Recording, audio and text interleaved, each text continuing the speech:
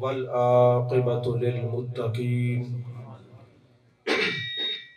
والصلاة والسلام على سيد الرسل وخاتم الأنبياء والمرسلين وعلى آله الطيبين وأصحابه الطاهرين. أما بعد، فأعوذ بالله من الشيطان الرجيم. بسم الله الرحمن الرحيم. النبي أولى بالمؤمنين من أنفسهم. صدق الله العظيم وصدق رسوله النبي الكريم الأمين المكين الرؤوف الرحيم. قال الله تبارك وتعالى في شان حبيبه مخبرا وحاكما: إن الله وملائكته يصلون على النبي يا أيها الذين آمنوا صلوا عليه وسلموا تسليما. اللهم صل على سيدنا ومولانا محمد وعلى آل سيدنا ومولانا محمد وبارك وسلم وصل عليه. الصلاة والسلام عليك يا رسول الله. الصلاة والسلام عليك يا حبيب الله. الصلاة والسلام عليك يا نبی اللہ. الصلاة والسلام علیک یا خیر خلق اللہ. تمام تعریفیں اللہ تبارک و تعالیٰ کے لیے ہیں جو خالق کائنات بھی ہے، مالک ششجہات بھی، جو احد بھی ہے، صمد بھی ہے، جس کی شان لم یلد بھی ہے ولم یولد بھی. لا تعداد ہدیہ درود و سلام بارگاہ سید الانام، شفیع رحمت، والی امت، شاہ خوباں، جان جانا، شہنشاہ حسینہ، سید سروراں، سیاہ لا مکان، تتیمہ دوراں، سرخیل زہرہ جمالا، رازدان معاوہا، شاہد ماتغا، صاحب علم نشرہ، معصوم آمنہ، احمد مجتبہ حضرت محمد مصطفیٰ صلی اللہ علیہ وآلہ وصحبہ وبارک وسلم کی دربار ناز میں اپنی عقیدتوں، ارادتوں، محبتوں کا خراج پیش کرنے کے بعد اللہ جل مجدہ کی توفیق اور عطا سے آج ہم اپنے آقا و مولا اپنے نبی پاک صلی اللہ علیہ وآلہ وسلم کی بارگاہ ناز میں اپنی محبتوں کا خراج پیش کرنے کے لیے جمع ہیں. جو میں نے آیت سرنامہ سخن بنائی ہے اس پر آپ پہلے کئی مرتبہ خطاب سن چکے ہیں، لیکن آج میں نے کچھ تصوف کے حوالے سے گفتگو کرنی ہے. پتہ نہیں ہمارے سنیوں کو کیا ہے کہ چھپ چھپ کے بیٹھتے ہیں، ادھر پلر کے پیچھے اس سائیڈ پہ سارے بیٹھیں گے. پتہ نہیں اپنے نبی کا نام سننے کے لیے شرم محسوس ہوتی ہے یا کیا ہوتا ہے. جو سامعین ہیں وہ اس طرح بیٹھے ہوئے ہیں اور جو نیند کرنے والے ہیں وہ سامنے بیٹھے ہوئے ہیں. ابھی تقریر شروع نہیں ہوئی، ان کو پہلے جمائیاں شروع ہو گئی ہیں. آپ کو پتہ ہے کہ جب محبوب علیہ السلام کی ذکر کی مجلس میں جاتے ہیں، چلے لا یؤمن احدکم حتی اکون احب الیہ من والدہ و والدہ والناس اجمعین، اس درجے پر تو اللہ کرے ہم پہنچ جائیں. لیکن چلیں جو گھنٹہ 2 گھنٹے آپ محبوب کے لیے ہیں اس وقت تو وفا کریں نا. تو اگر ہو سکے تو جو سمجھدار لوگ ہیں سامنے آ جائیں، کوئی حرج نہیں. بعد میں ویسے بھی میں اٹھا دوں گا، قوالی کے وقت تو آپ ادھر ہی آنا پڑے گا نا. چلیں تقریر کے وقت تو ادھر آئے نا سامنے. چلیں اٹھیں ماشاءاللہ. اے نوے بنا گھن گھن کے اٹھاوا والا اکسو بیچتی تھی گیا. سامنے بیٹھا ذرا پتہ چلے. اور جو بندہ نیند کرے ہمسایوں کا حقوق کا یہ خیال رکھیں، اس کو پکڑ کے ہلا دے بھی ابھی نہیں سونا. تو تصوف کے حوالے سے جو گفتگو ہوگی چند منٹ ہوگی. میں نے 3 باتوں پر آج کلام کرنا ہے. پہلی بات تو یہ ہے کہ نبی کا معنی کیا ہے. دوسرا یہ ہے کہ نبی اور ان نبی میں فرق کیا ہے. اور تیسری اور آخری بات جو ہوگی وہ یہ ہے کہ ہمیں نبی کی ضرورت کیوں ہے.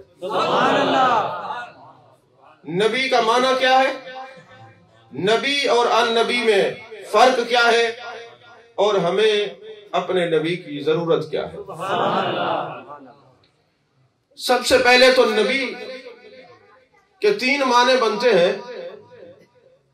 ایک ہوتا ہے مخبر، یعنی خبر دینے والا. مخبر کا کیا معنی ہے؟ خبر دینے والا. ایک ہوتا ہے مخبر، جس کی خبر دی جائے. میرے آقا علیہ الصلوۃ والسلام نے ہمیں رحمان کی خبر دی، جنت کی خبر دی، جہنم کی خبر دی، اللہ کے واحد ہونے کی خبر دی، اپنی رسالت کی خبر دی. اور مخبر کا معنی ہے جس کی خبر دی گئی. 1 لاکھ کم و بیش 24,000 پیغمبر آئے، سب نے بتایا ہمارے نبی آئیں گے.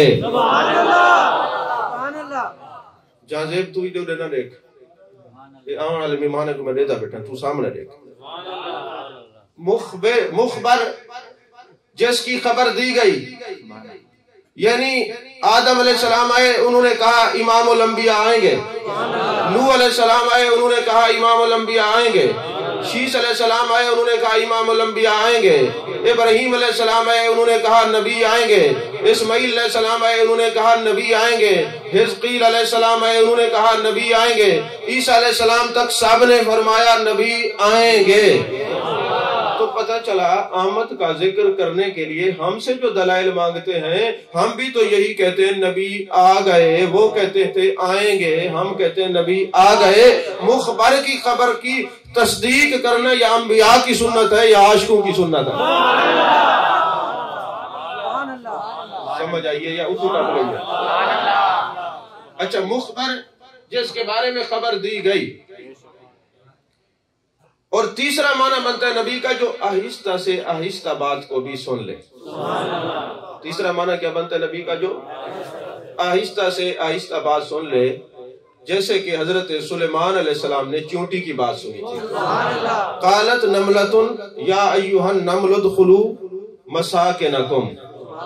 اے چونٹیو، ایک چونٹی نے کہا جلدی کرو، تم اس بل کے اندر گھس جاؤ. کس لیے؟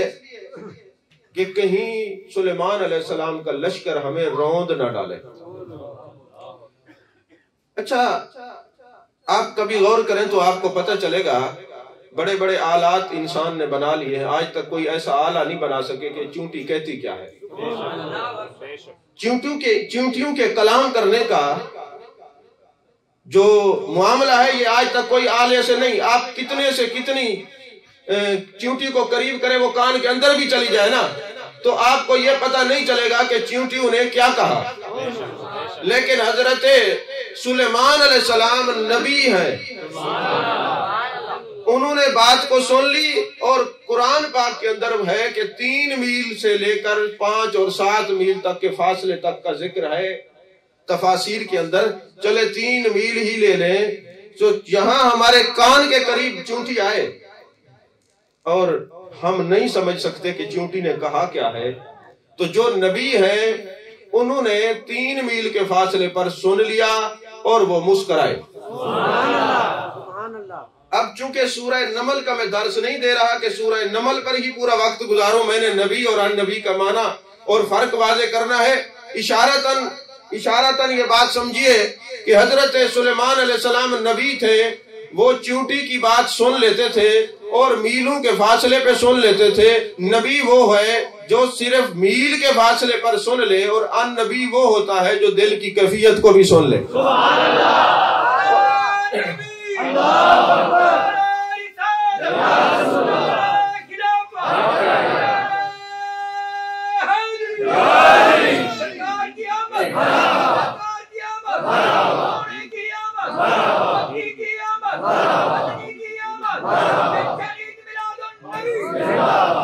بلکہ ان نبی وہ ہوتا ہے کہ جس کے ہاتھ میں کنکریاں آئیں ان کو بھی دل کی بات کا پتہ چل جائے یہ کافر ہے یا مومن ہے.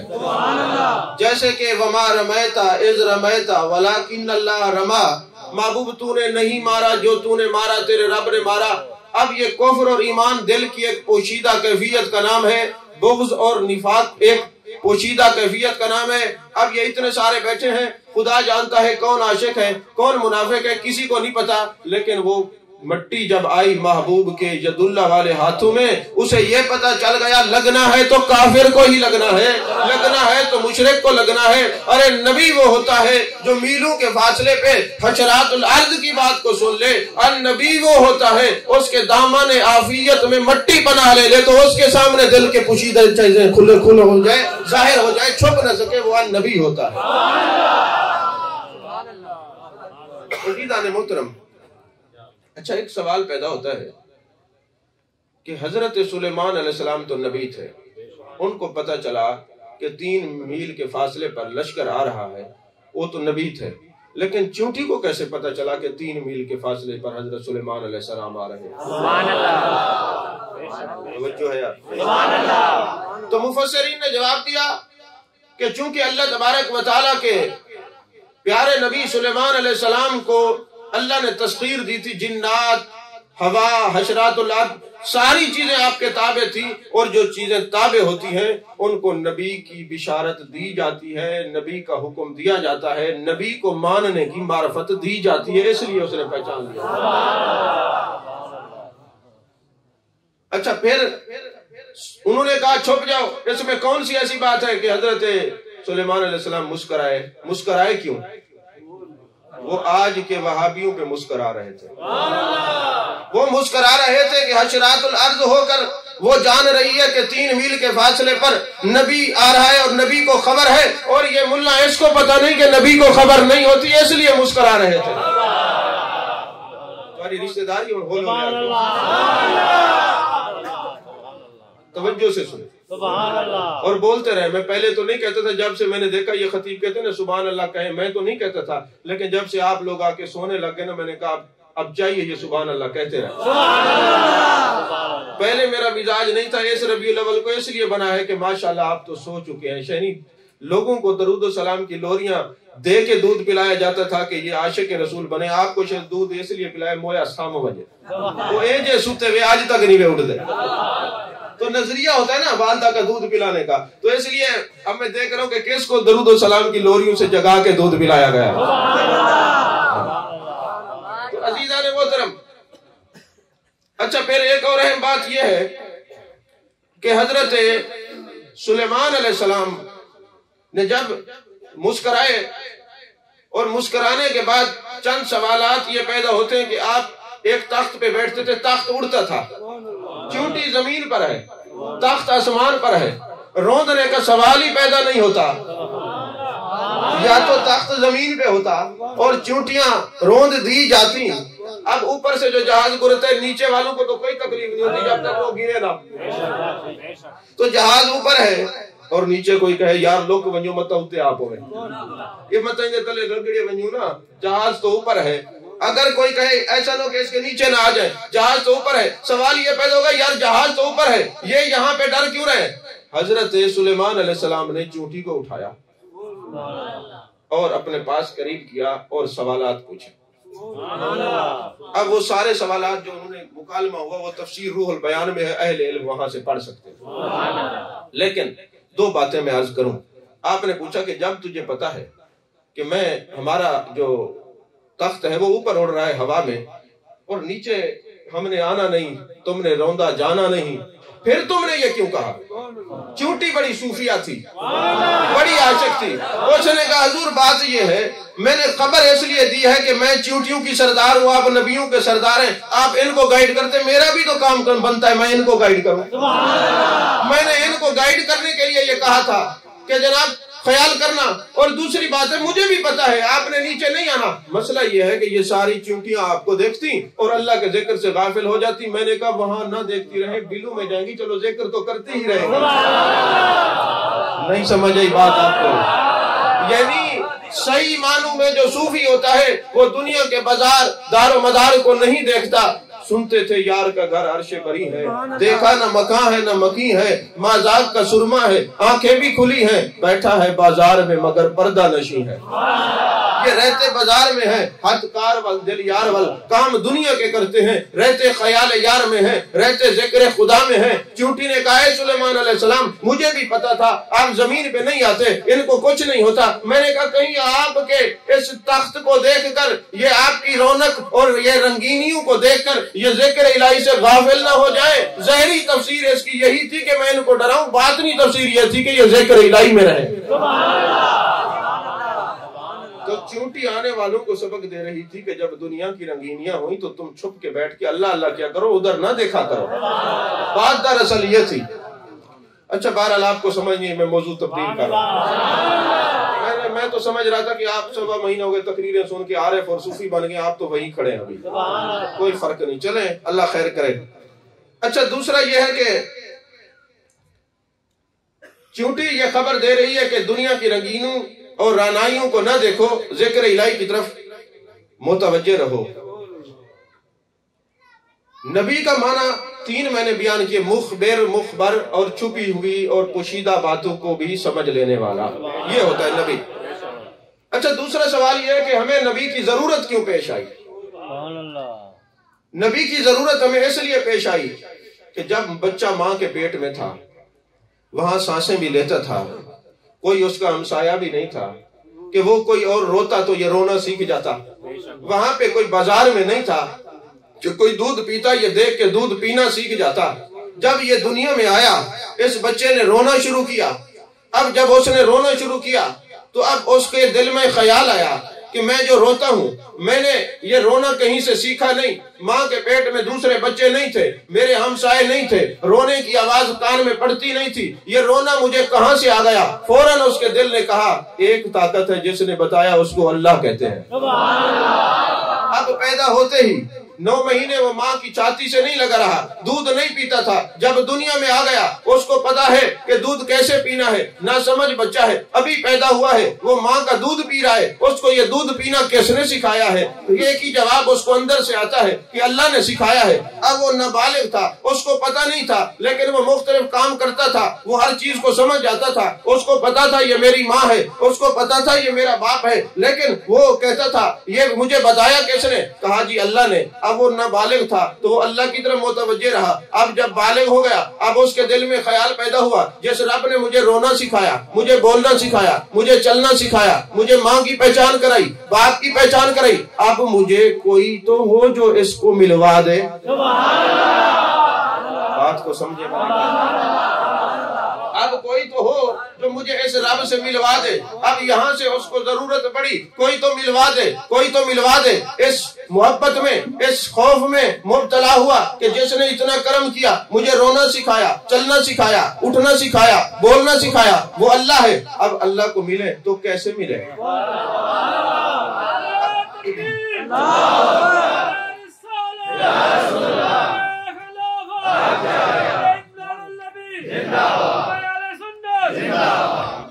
اب مجھے کوئی تو اللہ سے ملوا دے۔ اب وہ زمین کی طرف متوجہ ہوا کہ اللہ ہے۔ زمین نے کہا بالکل ہے، میں دلیل دیتی ہوں، گواہی دیتی ہوں، اللہ ہے۔ پھر پہاڑوں سے پوچھا، پہاڑوں نے کہا اللہ ہے۔ پھر چرندوں سے، پرندوں سے، ہر جگہ سے ہر چیز بتا رہی تھی اللہ ہے۔ پھر بھی مطمئن نہ ہوا، کہتے جی آدم علیہ السلام آپ بتائیں، انہوں نے کہا اللہ ہے۔ اے آدم آپ کو کس نے بتایا؟ جی جبریل امین نے بتایا۔ اے نوح علیہ السلام آپ بتائیں، کہا جی اللہ ہے۔ شیس علیہ السلام نے کہا اللہ ہے، یوسف علیہ السلام نے کہا اللہ ہے، داؤد علیہ السلام نے کہا اللہ ہے، اسحاق علیہ السلام نے کہا اللہ ہے، حضرت ابراہیم نے کہا اللہ ہے، حضرت اسماعیل نے کہا اللہ ہے، حضرت عیسیٰ علیہ السلام نے کہا اللہ ہے۔ اے پیارے نبیو تم نے دیکھا ہے؟ اے نبیو تم نے دیکھا ہے؟ جی نہیں دیکھا، جبریل نے بتایا ہے۔ اچھا یہ لا الہ الا اللہ جو ہے یہ دعویٰ ہے، محمد رسول اللہ دلیل ہے۔ اگر کوئی کہے میں حافظ ہوں تو کہا جائے گا قرآن سنا۔ تم نے دعویٰ کیا نا میں حافظ ہوں تو قرآن سنا۔ اگر جناب والا کوئی دعویٰ کرے گا تو اس کے لیے دلیل شرط ہے نا۔ تو زمین بھی کہتی ہے اللہ ہے، آسمان بھی کہتے ہیں اللہ ہے۔ اب یہ سارے دلائل ہیں اللہ کے ہونے کے، لیکن یہ ناطق دلائل نہیں ہے، یہ خاموش دلائل ہیں۔ ان سے اشارہ لیا جا سکتا ہے کہ اللہ ہے۔ اب میں تقریر بدل بھی سکتا ہوں، لیکن میں نے تصوف کی تیاری کی ہے کیونکہ محفل ہوگی تو تصوف پہ بات ہوئے. اب آپ میرا جو مزاج ہے وہ خراب نہ کریں، ادھر ادھر نہ دیکھیں. جو بات میں کر رہا ہوں تم میں سے کسی ایک کو بھی سمجھ آ گئی تو سبحان اللہ. میں تو 2-4 کی بات بھی نہیں کرتا، ہمیشہ ہر تقریر میں یہ نیت کرتا ہوں گنبد خضرا کے مکین کو سبق سنا، اور پوری مجلس میں ایک کو بھی سمجھ آ جائے تو میرا نذرانہ مجھے مل جاتا ہے. تمہارے نذرانے کی ویسے ہی ضرورت نہیں ہے. توجہ ہے آپ کی؟ ایک یار تو ستار بیٹھا تھا جڑا ہوا کوڈے جا ہے تو سارے تو تاڑی بیٹھا رہے کو اگا نے بھیجنا فائدہ تیرے اتھا بان دا اتھا ہی بھائی جڑا ہوا کو پیچھا بھیجی بھائی وہاں والی پریشان تھی انہیں جگہ تھا ہے کہنا کی تھا بان. توجہ ہے آپ کی؟ تو یہ سارے دلائل ہیں لیکن یہ خاموش ہے. کوئی ایسی دلیل ہونی چاہیے جو بول کے بتائے. اچھا چلو انبیاء ہیں وہ بول کے بتاتے ہیں خدا ہے، لا الہ الا اللہ آدم صفی اللہ، لا الہ الا اللہ نوح نجی اللہ، لا الہ الا اللہ موسیٰ کلیم اللہ، یہ سارے کلمہ پڑھاتے رہے. لیکن سارے کہتے ہیں کہ اللہ ہے. کس نے بتایا؟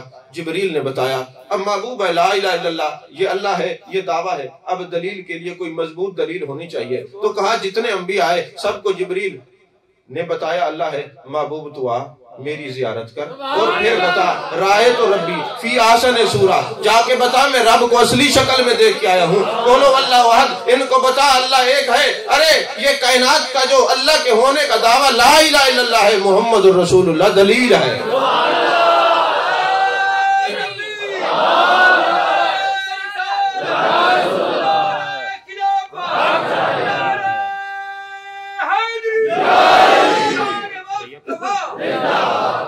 اب ایک راستہ ہمیں مل گیا، ایک راستہ ہمیں مل گیا کہ خدا کو پانے کے لیے پہلے مصطفیٰ کو پانا ضروری ہے.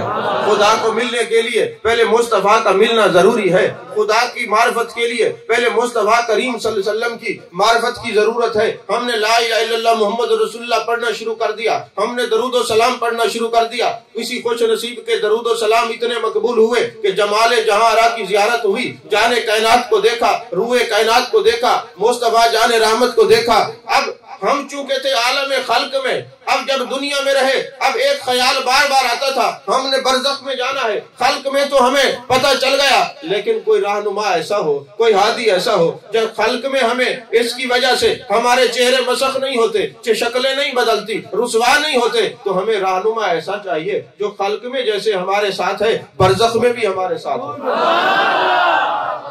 ہمیں نبی کی ضرورت کہاں کہاں پیش آ رہی ہے؟ دنیا میں ہے نا، اب برزخ میں بھی تو ضرورت ہوگی. تو ہمیں نبی کی ضرورت اس لیے ہے کہ ہمارے نبی ہمیں رسوا نہیں ہونے دیتے. ہمارے نبی کی وجہ سے قرآن کہتا ہے وَمَا كَانَ اللَّهُ لِيُعَذِّبَهُمْ وَأَنْتَ فِيهِمْ. محبوب جہاں آپ ہوتے ہیں میرا عذاب نہیں ہوتا، پتھر نہیں برستے، یہ ہماری وجہ سے نہیں. یہ جناب والا چہرے مسخ نہیں ہوتے، یہ ہماری وجہ سے نہیں. یہ خون نہیں برستا، یہ ہماری وجہ سے نہیں. ماتھے پہ گناہ کندہ نہیں ہوتے، یہ ہماری وجہ سے نہیں. دروازے پہ کندہ نہیں ہوتے، یہ ہمارے اعمال کی وجہ سے نہیں، یہ حضرت آمنہ کے لال کی وجہ سے ہے. اچھا پھر انسان کے دل میں خیال پیدا ہوا چلے محبوب کے قرب کی وجہ سے دنیا میں ذلیل نہیں ہوئے، رسوا نہیں ہوئے، چہرے مسخ نہیں ہوئے، تو کوئی ہادی ایسا ہونا چاہیے جو خلق میں بھی ساتھ ہو، برزخ میں بھی ساتھ ہو. تو پھر ایک دن میرے آقا علیہ السلام نے یہ راز کھول ہی دیا. بخاری شریف کی حدیث پاک ہے کان یعذبان فی قبورہما. میرے آقا علیہ السلام قبروں کے قریب سے گزرے اور فرمایا میرے صحابہ قبروں میں عذاب ہو رہا ہے. یہ بخاری میں حدیث ہے. آج تک ویسے میرے نظریے کے مطابق کسی مسلک والے نے اس حدیث کا انکار نہیں کیا، سارے بیان کرتے ہیں. ابھی تک تو نہیں کیا، آگے اللہ بہتر جانتا ہے. تو میرے آقا نے فرمایا اے میرے صحابہ ان قبروں میں عذاب ہو رہا ہے. صحابہ بڑے سمجھدار تھے، بڑے عاشق تھے. لجپال نبی اگر آپ کو پتا ہے عذاب ہو رہا ہے تو یہ بھی پتا ہوگا کیوں ہو رہا ہے. یہ بھی بتا دیں کہ آپ کو پتا ہوگا کیوں ہو رہا ہے. میرے آقا نے فرمایا ایک چغل خور تھا اور دوسرا پیشاب کے چھینٹوں سے نہیں بچتا تھا. آج بھی جن کی عادت ہے ادھر کی بات ادھر لگانے والے وہ سن لیں، اس عادت سے عذاب ہوگا. اس عادت سے عذاب ہوگا۔ اور یہ جو پیشاب کے چینٹوں سے نہیں بچتے وہ بھی سن لیں، یہ بھی ایسی بری عادت ہے، اس کی وجہ سے بھی عذاب ہوگا۔ محبوب نے فرمایا تاکہ ابھی بتا دوں، پھر یہ میری حدیث قیامت تک لوگوں کو جائے تو دو چیزوں سے بچ جائیں، چغل خوری سے بچ جائیں اور پیشاب کے چینٹوں سے بچ جائیں۔ اگر میرا پیغام پہنچنے کے بعد بھی نہ بچے تو پھر خود ہی جہنم میں جانا چاہتے، میں نے تو بچایا ہے کہ اس وجہ سے جہنم ہوتی ہے، اس وجہ سے عذاب ہوتا ہے۔ سمجھ میں آ رہی ہے بات؟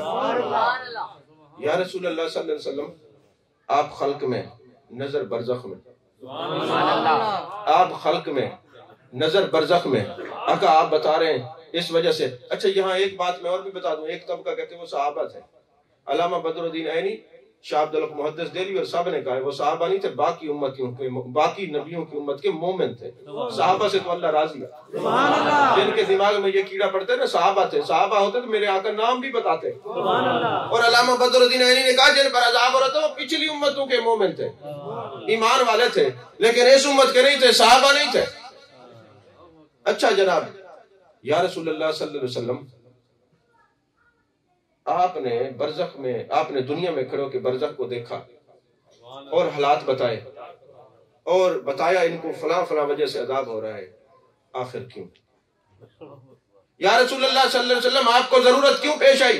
فرمایا میرے عاشق، میرے دیوانے، میرے مستانے جہاں بیٹھتے ہیں وہ سوچتے ہیں کہ دنیا میں تو ہمارا نبی ہمارے ساتھ ہے، پتہ نہیں ہمارے برزخ کی خبر ہوگی کہ نہیں ہوگی، وہاں کوئی ہمارا پرسان حال ہوگا کہ نہیں ہوگا۔ لہٰذا میں ان کو بتا دوں جیسے خلق میں کھڑے ہو کر برزخ والوں کو جانتا ہوں، کل برزخ میں رہ کے تم دنیا والوں کو بھی ایسے ہی جانتا ہوں۔ جیسے آج تمہارے ساتھ کھڑا ہوں تو قبر والوں کی خبر ہے، کل ادھر ہوں گا تو تمہاری بھی مجھے خبر ہوگی۔ فرمایا حیاتی خیر لکم ومماتی خیر لکم، فرمایا مجھے میرے آقا نے فرماتے اللہ نے وما ارسلناک الا رحمت للعالمین بنا کے بھیجا، میں وہ نبی ہوں میری نظر خلق سے ہٹے تو خلق تباہ ہو جائے، برزخ سے ہٹے تو برزخ تباہ ہو جائے، یک وقت میں وہ نبی بنا کے بھیجا ہوں جو میں خلق کو بھی دیکھتا ہوں برزخ کو بھی دیکھتا ہوں۔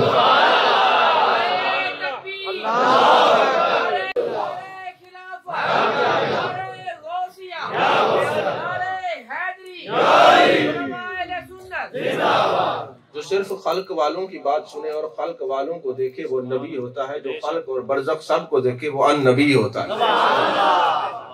اب میں نکرہ اور معرفہ پڑھانے سے رہا کہ جی معرفہ بنانا ہو تو الف لام لگا دو تو وہ معرفہ ہو جائے گا، کسی کی خاصیت عزت عظمت کو اجاگر کرنا ہو تو چونکہ صرف ناو کی کلاس نہیں ہے، لہذا چونکہ مجھے آتی بھی نہیں ہے تو میں نے کہا چلے ایسے ہی بتا دوں جو سمجھ میں آ جائے آپ کو۔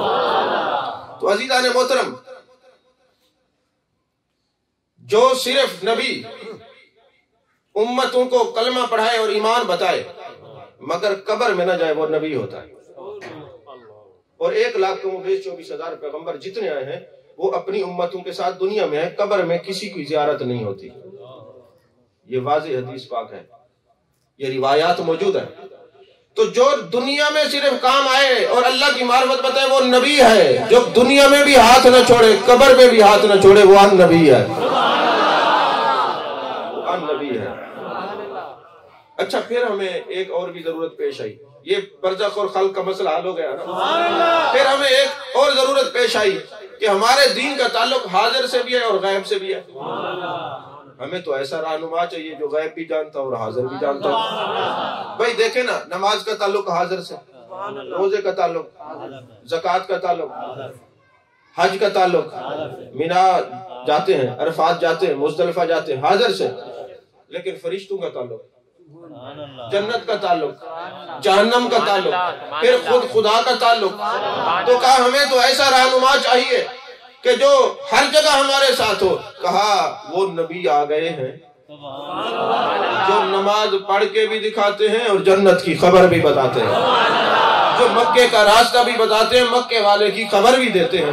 تو ہمیں تو اس لیے نبی کی ضرورت تھی جو ہر حال میں ہمارے ماوا و ملجا ہیں، ہمیں اس لیے نبی کی ضرورت ہے۔ ہم تو نبی کو نہیں چھوڑتے، ہر وقت نبی کا ذکر کرتے، اور اللہ نے بھی فرمایا تم نہیں چھوڑتے، تو اس لیے قرآن میں بھی فرما دیا النبی اولا بالمؤمنین من انفسہم، اے ایمان والو میرا نبی تمہاری جان سے بھی زیادہ قریب ہے۔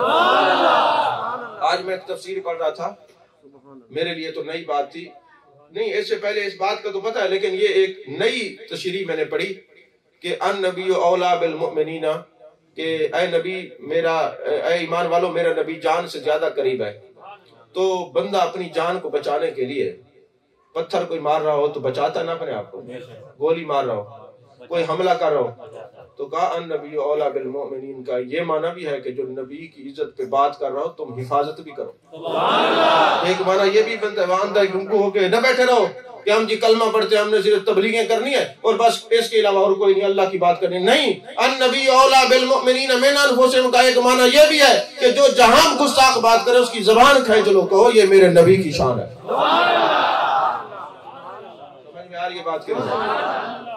عزیزان محترم، تو ہمارا جو ہے نا تعلق کچھ دین کا غیب سے تھا اور کچھ حاضر سے تھا، اس لیے ہمیں ایسے رہنما کی ضرورت ہے۔ تو ماشاءاللہ ہمارا تو رہنما وہ ہے جس نے غیب کی بھی خبر دی ہے اور حاضر کی بھی خبر دی ہے۔ اور قرآن میں اللہ الذین یؤمنون بالغیب، مومنو تم بھی مومن تبھی ہوگے جب تم غیب کو مانو۔ اب غیب بتانے کے دو سورسز ہیں، یا خدا بتائے اور خدا تو ہمیں بتاتا نہیں، یہ تو خاص اپنے بندوں کو بتاتا ہے، یا نبی بتائے تو پتا چلا مومن وہ ہے جو علم غیب کو ماننے والا ہے۔ منکر تو مومن نہیں ہو سکتا، متقی نہیں ہو سکتا۔ الذین یؤمنون بالغیب ہے نا جی پہلے سپارے میں۔ عزیزان محترم، اچھا پھر ہمیں ایک اور بھی ضرورت پیش آئی۔ انسان کے اندر حواس خمسہ ہے، بولنا، کھانا، محسوس کرنا، چکھنا، پکڑنا، یہ 5 حواس ہیں۔ ان کو علم حاصل کرنے کے سورسز بھی کہا جاتا ہے، یہ 5 ہے۔ دیکھنا، سننا، چکھنا، محسوس کرنا، پکڑنا۔ کبھی ایسا بھی ہوتا ہے کہ ان 5 میں بھی غلطی ہو سکتی ہے، غلطی کا شبہ ہو سکتا ہے۔ بھئی آنکھ کا کام ہے دیکھنا، آنکھ علم کو حاصل کرنے کا ایک آلہ ہے۔ یہ 5 آلات ہیں حواس خمسہ، یہ عقائد کی کتابوں میں پڑھائے جاتے ہیں۔ اچھا کبھی ایسا ہوتا ہے کہ آپ اپنے بچے کے ساتھ بیٹھے ہوتے ہیں، بادل بنے ہوتے ہیں، سورج ہوتا ہے اور بادل دوڑ رہے ہوتے ہیں تو آپ کو لگتا ہے سورج دوڑ رہا ہے، اور بچوں کے کہنے پہ آپ بھی بھول جاتے ہیں، لگتا ہے شاید سورج دوڑ رہا ہے حالانکہ وہ بادل دوڑ رہے ہوتے ہیں، تو غلطی لگ سکتی ہے۔ اچھا کبھی آپ کسی فیکٹری میں جائیں تو کوئی پہیا مشین کا چل رہا ہو نا بڑی تیزی سے، تو آپ کو یہ محسوس ہوتا ہے یہ کھڑا ہے، اور بعض ہاتھ سے اسی وجہ سے ہوتے ہیں کہ وہ لگتا ہے کھڑا ہے، وہ ہاتھ دیتے تو پھر پتہ لگتا ہے ہاتھ ادھر پڑا ہے۔ تو آنکھ کی غلطی ہو سکتی ہے۔ اسی طرح کبھی آپ لین کی پٹڑی پہ کھڑے ہو جائے نا، ٹرین کی پٹڑی پہ، تو آپ کو وہ 2 نظر آئیں گی، تھوڑا دور دیکھیں گے تو آگے لگے گا یہ 1 ہو گئی ہے۔ یہ تجربہ کرنا۔ اب یہ آنکھ نے آپ کو دھوکہ دیا۔ اور کبھی کان سے بھی غلطی ہو سکتی ہے کہ بندہ کہتا کچھ ہے سنتا کچھ ہے، اور کبھی ایسا ہوتا ہے کہ زبان سے بھی غلطی ہو سکتی ہے۔ دیکھو زبان بولتی تو ہے لیکن یہ چکھتی بھی ہے نا، تو کبھی کسی کو بخار ہو جائے اور اس کی زبان پہ شہد ڈال دیا جائے تو وہ کہے گا جی شہد کڑوا ہو گیا، اس کو کہا جائے گا شہد کڑوا نہیں ہے، تیری زبان کو غلطی لگی ہے۔ اچھا اب یہ جو غلطیاں ہیں نا محسوس کرنے کے لیے کہ جی زبان کو غلطی لگی، شاید میٹھا ہے اس کو کڑوا محسوس ہو رہا ہے، ٹرینیں پٹڑیاں 2 ہیں، 1 محسوس ہو رہی ہیں، پہیا چل رہا ہے اس کو کھڑا ہوا نظر آتا ہے، اور کبھی کبھی نظر میں فطور آ جائے تو 1 کے بجائے 2 بھی نظر آتے ہیں۔ تو کہا یہ جو چیزیں اصلاح کرتی ہیں ان کی کہ نہیں یہ پٹڑیاں 2 ہیں، شاید میٹھا ہے، یہ پہیا چل رہا ہے، جو چیز اس کی اصلاح کرتی ہے اس کو عقل کہتے ہیں۔ اس کو کیا کہتے ہیں؟ عقل کہتے ہیں۔ اب عقل کے گھوڑے ہر جگہ نہیں دوڑائے جاتے ہیں۔ زمین پہ چلنے کے لیے آپ کو گھوڑے کی ضرورت ہوگی، پہاڑ پہ چلنے کے لیے آپ کو سیڑھی کی ضرورت ہوگی۔ تو جیسے زمین پہ چلنے کے لیے گھوڑے کی ضرورت ہے، پہاڑ آ جائے گھوڑا جواب دے دیتا ہے اب میرا کام نہیں ہے چڑھنا۔ اب پہاڑ کے لیے آپ کو سیڑھی لگانے کی ضرورت ہے، اور پھر جب دریا آ جائے تو پھر سیڑھی کی نہیں کشتی کی ضرورت ہے۔ تو کہا کوئی چیز تو ہوگی جو خدا تک پہنچانے والی ہو، کہا وہ ایک کمند ہے جو خدا تک پہنچا دیتا ہے۔ وہ کیا ہے؟ عشق مصطفیٰ کا زینہ۔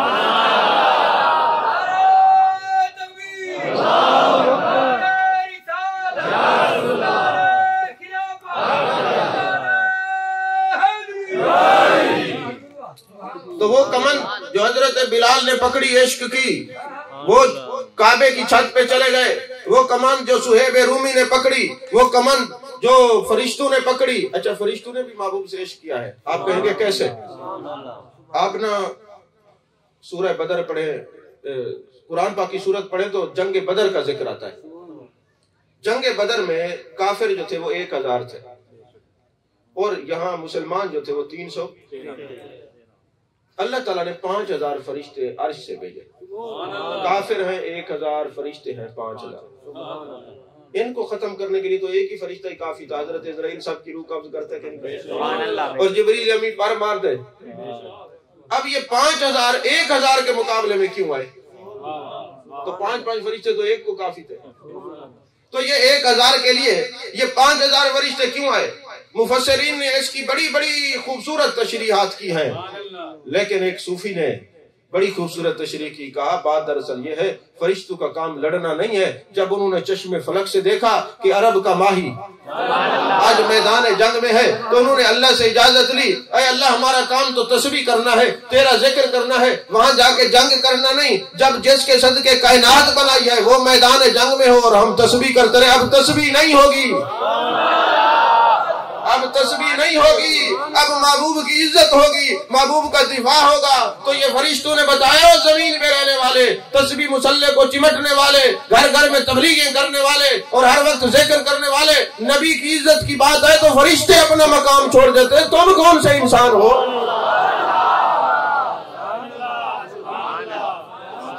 بات میں نے بڑی دور کی کہی ہے، اگر سمجھ میں آ گئی تو.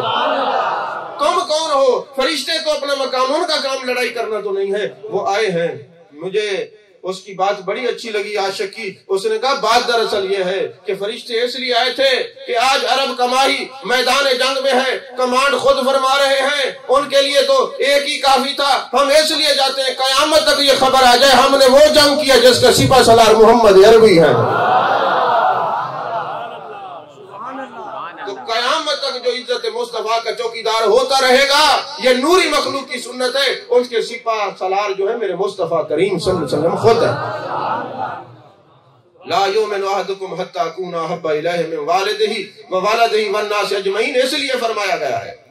اب دیکھیں نا، جب اسی بدر میں لڑائی ہوئی، حضرت سیدنا صدیق اکبر کے بیٹے عبد الرحمن بن ابی بکر یہ ابو جہل کے ساتھ تھے اور ابھی مسلمان نہیں ہوئے، ابھی مسلمان نہیں ہوئے تھے.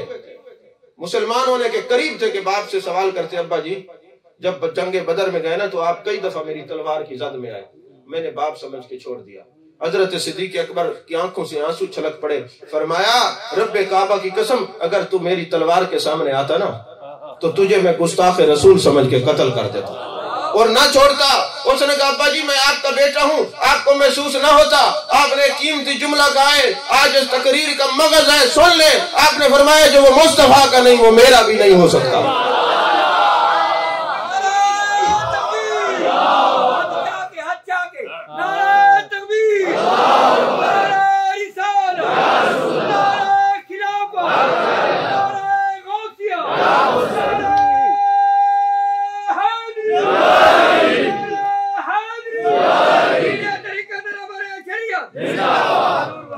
تو اللہ تبارک و تعالی ہمیں نبی کی ضرورت کس لیے آئی کہ قبر میں، خلق میں، ہر امر میں، ہر جگہ محبوب ساتھ ہو، پل صراط پہ ساتھ ہو. اور جب پل صراط سے گزرے تو کوئی ہستی تو ہو نا. میرے آقا نے تسلی دی، فرمایا جیسے خلق میں تمہارے ساتھ ہوں، برزخ میں ما کنت تقول فی ھذا الرجل تمہارے ساتھ ہوں. پل صراط سے گزرو گے، ادھر تم گزر رہے ہوگے، ادھر میں کھڑا ہوں گا اور کہہ رہا ہوں گا رب سلم امتی، رب سلم امتی، اے اللہ میری امت کو خیر سے گزار، اے اللہ میری امت کو خیر سے گزار. میزان پہ جاؤ گے میں وہاں ہوں گا، حوض کوثر پہ جاؤ گے میں وہاں ہوں گا، مقام محمودہ پہ جاؤ گے میں وہاں ہوں گا، مقام شفاعت پہ جاؤ گے میں وہاں ہوں گا. ہمارا نبی تو وہ ہے کہ ایک لمحہ ہمیں تنہا نہیں چھوڑتا، اس لیے ہر لمحہ ہمیں اپنے نبی کی ضرورت ہے.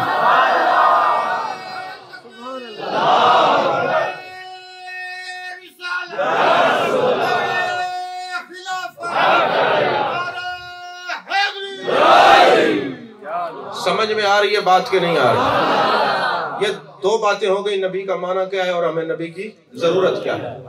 اب تیسری بات ہے کہ نبی اور ان نبی میں فرق کیا ہے. نبی اور ان نبی میں فرق کیا ہے؟ جو کہے اے اللہ ربی آرنی انظر الیک، مجھے اپنا آپ دکھا، لن ترانی، تو مجھے نہیں دیکھ سکتا.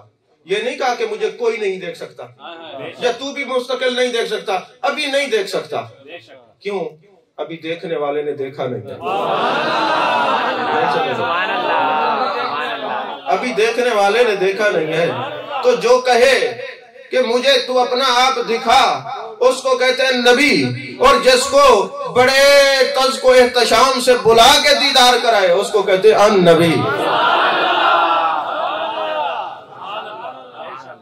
اچھا جو اللہ کی صفت کو دیکھے اور بے ہوش ہو جائے، اللہ فرمائے خر موسیٰ صاعقہ.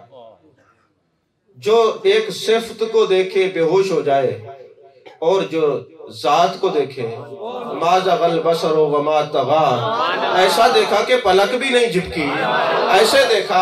ارے جو صفت کو دیکھے اور بے ہوش ہو جائے اس کو کہتے ہیں نبی، اور جو ذات کو دیکھے اور پھر دیکھے. فرمائے محبوب آپ دیکھ اور دیکھ اور دیکھ اور دیکھ، وہ رب کا دیدار کرتا رہے. پھر فرمائے رائے تو ربی فی احسن صورہ. جو صفت کو دیکھے اور بے ہوش ہو جائے وہ نبی ہوتا ہے، جو جمال جہاں کو دیکھے وہ نبی ہوتا ہے.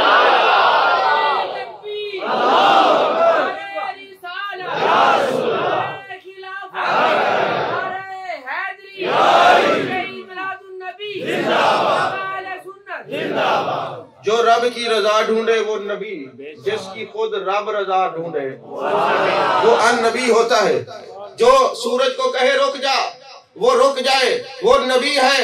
حزقیل علیہ السلام نماز پڑھ رہے تھے، سورج ڈوب رہا تھا. فرمایا سورج رک جا، جب تک میں نماز نہ پڑھوں تو نے ڈوبنا نہیں. جو سورج کو روک دے وہ نبی ہے، جو ڈوبے ہوئے سورج کو لوٹا دے وہ ان نبی ہوتا ہے. جو معجزات لے کے آئے، جیسے قرآن میں حضرت موسیٰ علیہ السلام کے بارے میں کہ 9 معجزات ہم نے دیے، تو جو معجزات لے کر آئے وہ نبی ہوتا ہے. جو معجزات بن کے آئے وہ ان نبی ہوتا ہے.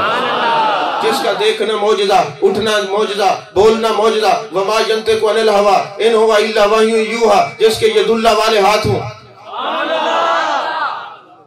تو جو معجزات لے کے آئے وہ نبی، اور جو معجزات بن کے آئے وہ ان نبی. اچھا جو اللہ کے احکامات لوگوں تک پہنچائے وہ نبی ہوتا ہے، اور جو زبان سے نکالے قانون بن جائے وہ ان نبی ہوتا ہے. مثال کے طور پہ بخاری شریف میں حدیث پاک کے 2 حدیثیں 3 عرض کر کے گفتگو ختم کر رہا ہوں. آپ کو یہ معنی سمجھ آگے ہوں گے. میں نے جو گتھیاں تصوف کی سلجھانی تھی وہ میں نے چھوڑ دی، اس لیے کہ آپ کو ابھی دیر ہے، تھوڑا ابھی بہت دیر ہے. جب ضرورت ہوگی تو پھر بات کریں گے. میں نے پھر آسان تقریر اس لیے کر دیا. اچھا بخاری شریف کی حدیث پاک ہے، میرے آقا علیہ السلام کے پاس ایک شخص ہے، حضور میں نے روزہ توڑا ہے. میرے آقا نے فرمایا غلام آزاد کرو، 60 مسکینوں کو کھانا کھلاؤ، یا 60 روزے رکھو. یہ قرآن پاک میں تو یہی ہے کفارہ. اچھا قانون یہی ہے کہ یہی کفارہ ادا کرنا ہے اور کوئی کفارہ نہیں ہے. قرآن میں نص قطعی ہے. اچھا 60 مسکین جن کو کھانا کھلانا، یہ اکثر علماء نہیں بتاتے وہ بالغ ہو، نابالغ کوئی بھی نہ ہو. ایک بھی نابالغ ہو تو کفارہ ادا نہیں ہوگا. اگر 60 مساکین جو مدرسے میں بچے ہیں ان کو کھلانا ہے تو وہ بھی بالغ ڈھونڈ کے کھانا کھلانا. ٹھیک ہے، اس لیے کفارے پر بات نہیں ہے. اس پر میں پورا کفارے پہ لیکچر نہیں دوں گا، یہ ضمناً میں نے کہہ دیا. یا 60 مساکین کو کھانا کھلاؤ یا 60 روزے رکھو، ایسا ہے نا. لیکن وہ صحابی حضور میں نے روزہ توڑ دیا. فرمایا 60 مساکین کو کھانا کھلاؤ، حضور غریب ہوں. اچھا 60 روزے رکھو، حضور ایک روزہ میں برداشت کر نہیں سکا، 60 کیسے رکھو. میرے آقا نے فرمایا اچھا بیٹھ جاؤ. جب میرے آقا نے فرمایا بیٹھ جاؤ، اس کو تسلی لگی کہ اس در پہ آیا ہوں اور دروازے ایسے اللہ نے فرمایا وَأَمَّا السَّائِلَ فَلَا تَنْهَرْ، یہ مجھے خالی نہیں لوٹائیں گے، جو مجھے بٹھایا ہے کوئی حال نکالیں گے. اب میرے آقا علیہ السلام بیٹھے ہوئے تھے، ایک صحابی آتا ہے یا صحابی آتی ہیں، کھجور پیش کرتی ہیں. میرے آقا نے فرمایا لے جا مدینے کی گلیوں میں تقسیم کر دے، تیرا کفارہ ادا ہو جائے گا. حضور مجھ سے بڑا غریب کوئی نہیں. میرے آقا مسکرائے، فرمایا جا تو بھی کھا، بچوں کو کھلا، تیرا کفارہ ادا ہو گیا.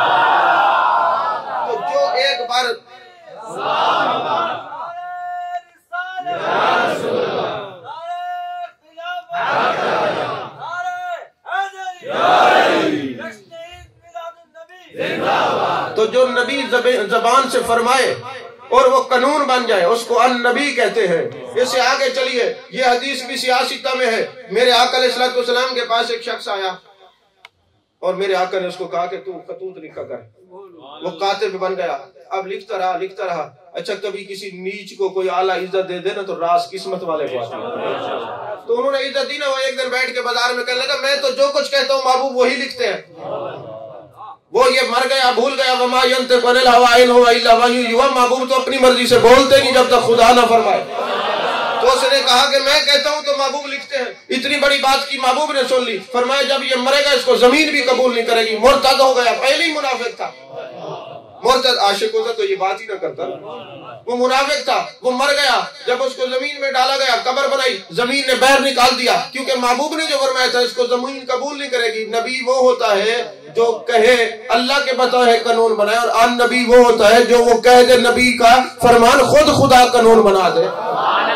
اب کئی دن مسلمان بیٹھے رہے کہ منافق بیٹھے رہے کہ اس کو پتہ نہیں مسلمان نکال کے باہر پھینک جاتے، اور رات کو بیٹھتے دھماکہ ہوتا اٹھا کے باہر زمین پھینک دیتی۔ آخر انہوں نے کہا اس کو یہیں پڑا رہنے دو۔ حضرت عبداللہ بن مسعود گئے نا تو اس کا ڈھانچہ پڑا ہوا تھا جیسے کتا بعد میں پڑا ہوتا ہے، ختم ہو کے انہوں نے کہا تم یہاں مردوں کو نہیں دفناتے؟ انہوں نے کہا یہ منافق تھا، تیرے نبی نے کہا تھا زمین قبول نہیں کرے گی، تیرا نبی کہے پھر زمین قبول کرے؟ تو جو ایک دفعہ زبان سے بات نکال دے قانون بن جائے اس کو ان نبی کہتے ہیں۔ حضرت سراقہ کے بارے میں آپ نے سنا ہوگا، میرے آقا علیہ السلام کو جب ابو جہل نے کہا جو میرے آقا علیہ السلام کو گرفتار کرے گا یا معاذ اللہ شہید کرے گا 100 اونٹ دوں گا، یہ سراقہ گیا پیچھے تلاش کرنے کے لیے۔ حضرت ابو بکر صدیق نے دیکھا آپ کی آنکھوں سے آنسو آ گئے، اللہ نے بھی فرمایا لا تخف لا تحزن ان اللہ معنا، لا تخف نہیں فرمایا، لا تحزن فرمایا۔ لا تخف اس لیے نہیں فرمایا کہ لا تخف فرماتا تو خوف اپنی جان کا ہوتا ہے، حزن کسی اور کے لیے ہوتا ہے۔ فرمایا لا تحزن ان اللہ معنا، اللہ ساتھ ہے، اللہ ساتھ ہے۔ میرے آقا نے فرمایا سراقہ تو ہمیں گرفتار کرنا چاہتا ہے، میں نبی دیکھ رہا ہوں وہ وقت جب ایران فتح ہوگا اور کسرا کے جو کنگن بادشاہ کنگن پہنتے تھے نا، جیسے آپ دیکھتے رہتے ڈراموں کے اندر بادشاہوں نے وہ کنگن لباس پہنا ہوتا ہے، تو ایسے یہ کنگن تو پہنے گا۔ حضرت سراقہ کہتے میں حیران ہوا کہ میں تو ان کو گرفتار کرنے کے لیے ہوں، یہ ایران کی خبریں دے رہے ہیں مجھے اور کنگن پہنانے کی بات کر رہے ہیں۔ اور وہ وقت گزرتا گیا، میرے آقا دنیا سے چلے گئے، سیدنا صدیق اکبر چلے گئے، پھر حضرت فاروق اعظم کا زمانہ ہوا، سب کے اندر یہ بات مشہور تھی، میرے آقا نے فرمایا ایران کے کنگن تو پہنے گا۔ حضرت سراقہ بیمار ہو گئے، قریب المرگ ہو گئے، صحابہ جاتے ہیں کہ کوئی وصیت کر دے، فرمایا ابھی نہیں جاتا، کیونکہ میرے آقا نے فرمایا ایران فتح ہوگا تو تب تو کنگن پہنے گا پھر جائے گا، تو ابھی تو ایران فتح ہی نہیں ہوا، میں فوت ہی نہیں ہو سکتا، کیونکہ میں جانتا ہوں ان نبی وہ ہوتا ہے جو زبان سے کہہ دے خدا قانون بنا دیتا ہے، میں صحت یاب ہو جاؤں گا، ابھی جاتا نہیں، میرے آقا نے جو فرمایا ہے۔ اور پھر حضرت فاروق اعظم کے زمانے میں ایران فتح ہوا، صحابہ نے اس بادشاہ کے کنگن اس کو گرفتار کر لیا، ایک تاشت کے اندر ٹرے کے اندر کپڑا ڈال کے حضرت فاروق اعظم کو وہ کنگن بھیجے، آپ نے فرمایا بیت المال میں جمع کرا دو، ہم کیا کریں گے؟ پھر خیال آیا میرے محبوب نے فرمایا تھا سراقہ کو پہنائیں، فرمایا آئی نا سراقہ، سراقہ کدھر ہے اس کو تلاش کرو۔ وہ بازار میں کوئی سودا لینے گئے تھے، حضرت سراقہ خود بیان کرتے میں کھڑا تھا، بندہ آیا تجھے امیر المومنین بلا رہے، اور فاروق اعظم کو بلانا کسی کے لیے اتنا آسان نہیں ہوتا تھا، میرا تو جسم کانپنے لگ گیا، میرے اوپر ایک عجیب لرزہ طاری ہو گیا کہ خیر ہو مجھے فاروق اعظم نے کیوں بنایا۔ میں ایسے ڈرتا ہوا آیا اور ہاتھ میں نے چادر میں چھپائے ہوئے تھے، مجھے فرمایا سراقہ ہاتھ باہر نکالو، صحابہ کی مجلس لگی ہوئی ہے، میں ڈر گیا بھائی ہاتھ کیوں نکلوا رہے، میں نے ہاتھ نکالے، وہ کنگن مجھے پہنائے۔ اب حضرت امیر المومنین فاروق اعظم رضی اللہ تعالیٰ نے دیکھا، اس میں نئے صحابہ بھی تھے جو یہ جانتے تھے، محبوب نے فرمایا ریشم مرد پر حرام ہے، سونا مرد پر حرام ہے، تو وہ جانتے تھے، ان کے چہروں پہ آپ نے تاریخ پڑھ لی کہ یہ اعتراض کر رہے ہیں کہ محبوب نے ریشم اور سونا حرام قرار دیا ہے، حضرت فاروق اعظم کیوں پہنا رہے ہیں؟ آپ نے فرمایا لوگوں تم نہیں جانتے میرا نبی نبی بھی ہے۔ اچھا یہ یاد رکھیں جو ان نبی ہوتا ہے وہ نبی ہوتا ہے، لیکن نبی ان نبی نہیں ہوتا، یہ نقطہ علمی یاد رکھیں، جو ان نبی ہوگا وہ نبی ہوگا، مگر جو نبی ہوگا وہ ان نبی نہیں ہوگا۔ تو حضرت فاروق اعظم نے فرمایا دیکھو میں جانتا ہوں ریشم اور سونا حرام ہے، مگر کیا کروں، میرے مصطفیٰ نے جو فرمایا تو پہنے گا، لوگ پہنے تو حرام ہے، یہ نہ پہنے تو حرام ہے۔ اور مجھے بتائیں کسی ملا نے آج تک فتویٰ دیا ہے کہ یہ فاروق اعظم یہ آپ نے کیا کیا، یہ تو سونا حرام تھا آپ نے کیوں پہنا دیا؟ کیوں؟ وہ جانتے ہیں کہ ان نبی ہوتا وہ ہے جو زبان سے نکال دے قانون بن جاتا ہے۔ اچھا کسی کا نکاح ہو تو کتنے گواہ ہوتے ہیں؟ ویسے 2 سے بھی ہو جاتا ہے کام، نکاح تو جو گواہ ہوتے ہیں وہ 2 ہوتے ہیں۔ اچھا کسی جگہ گواہی ہو تو 3 گواہ ہوتے ہیں، لیکن میرے آقا علیہ السلام نے ایک دن ایک یہودی سے گھوڑا خریدا، لین دین ہو گیا، تو میرے آقا نے فرمایا میں جا رہا ہوں، پیسے لے کے آتا ہوں، جس قیمت کا سرکار نے خریدا تھا، ایک بندہ ہے اس نے کہا میں ڈبل دیتا ہوں، کیونکہ یہودی تھا وہ مکرتے نا، مسلمان تو بالکل نہیں۔ سودا کر کے مکر جانا یہ تو یہودیوں کی سنت ہے۔ اب آپ جب سودے کر کے مکرتے دیکھ لیں کہاں جا رہے ہیں، نہیں سمجھ آئی آپ۔ اب جناب والا محبوب جب آئے اس نے کہا جناب، وہ جانتا تھا کہ ان کی شریعت میں کہ 3 گواہ ہونے چاہیے، تو 3 گواہ ہونے چاہیے۔ انہوں نے کہا جناب میں نے تو آپ سے سودا ہی نہیں کیا۔ میرے آقا علیہ السلام نے فرمایا سودا ہوا؟ اس نے کہا جی اگر ہے تو آپ کی شریعت ہے، گواہ لیں، آپ گواہ لیں، میں آپ کو دے دیتا ہوں۔ اب تھا کوئی نہیں، کون بتاتا؟ حضرت ابو بکر بھی چپ، حضرت عمر بھی چپ، حضرت عثمان بھی چپ، سارے صحابہ چپ۔ بھائی بات ٹھیک ہے، کوئی نہیں تھا۔ حضرت خزیمہ دوڑتے، اس نے کہا جی میں تھا، میں گواہی دوں۔ میرے آقا علیہ السلام نے فرمایا اے خزیمہ تم موجود نہیں تھے لیکن تم گواہی کیسے دیتے ہو؟ اب انہوں نے بڑی زبردست بات کی، انہوں نے کہا آپ نے کہا خدا ہے، ہم نے مان لیا۔ آپ نے کہا جنت ہے، ہم نے مان لی۔ آپ نے فرمایا جہنم ہے، ہم نے مان لی۔ سب کچھ تو آپ کے کہنے پہ مانے کھڑے، آپ جو کہہ رہے ہیں سودا ہوا ہے، میں گواہی دیتا ہوا ہے۔ میرے آقا علیہ السلام نے فرمایا لوگوں قانون یاد رکھنا، آئندہ ایک بندے کی ایک گواہی شمار ہوگی، مگر میرا خزیمہ جس جگہ ہو پنچایت میں اس کی ایک کی گواہی 2 کے برابر ہے۔ جہاں 2 گواہوں کی ضرورت ہو اس کی ایک۔ اب محبوب نے یہ قانون بنایا، اور پھر یہ اس پر آگے قرآن میں کئی آیات ہیں جہاں لقد جاءکم بھی آپ کی گواہی ہے۔ اب میں اس طرف نہیں جاتا، لہٰذا 3 معنی پر 3 باتوں پر ہم نے گفتگو کرنی تھی۔ ایک نبی کا معنی کیا ہوتا ہے، اور ایک ہمیں نبی کی ضرورت کیا ہے۔ النبی اولا بالمومنین ہے، تو مومن کو ضرورت کیا ہے؟ چلو میں یہ کہہ دوں، جنہوں نے کتابیں لے کے کہا جی کچھ نہیں ہوگا وہ بھی ہیں، وہ بھی کلمہ پڑھتے ہیں، لیکن مومن کو نبی کی ضرورت کیا ہے میں نے عرض کر دیا۔ اور تیسرا یہ نبی اور النبی کا فرق کیا ہوتا ہے، نبی کیا ہوتا ہے اور النبی کیا ہوتا ہے۔ چونکہ محفل سما بھی ہونی ہے، کچھ دیر اور بھی میں گفتگو کرتا، لیکن اللہ تعالیٰ میری معروضات کو قبول فرمائے۔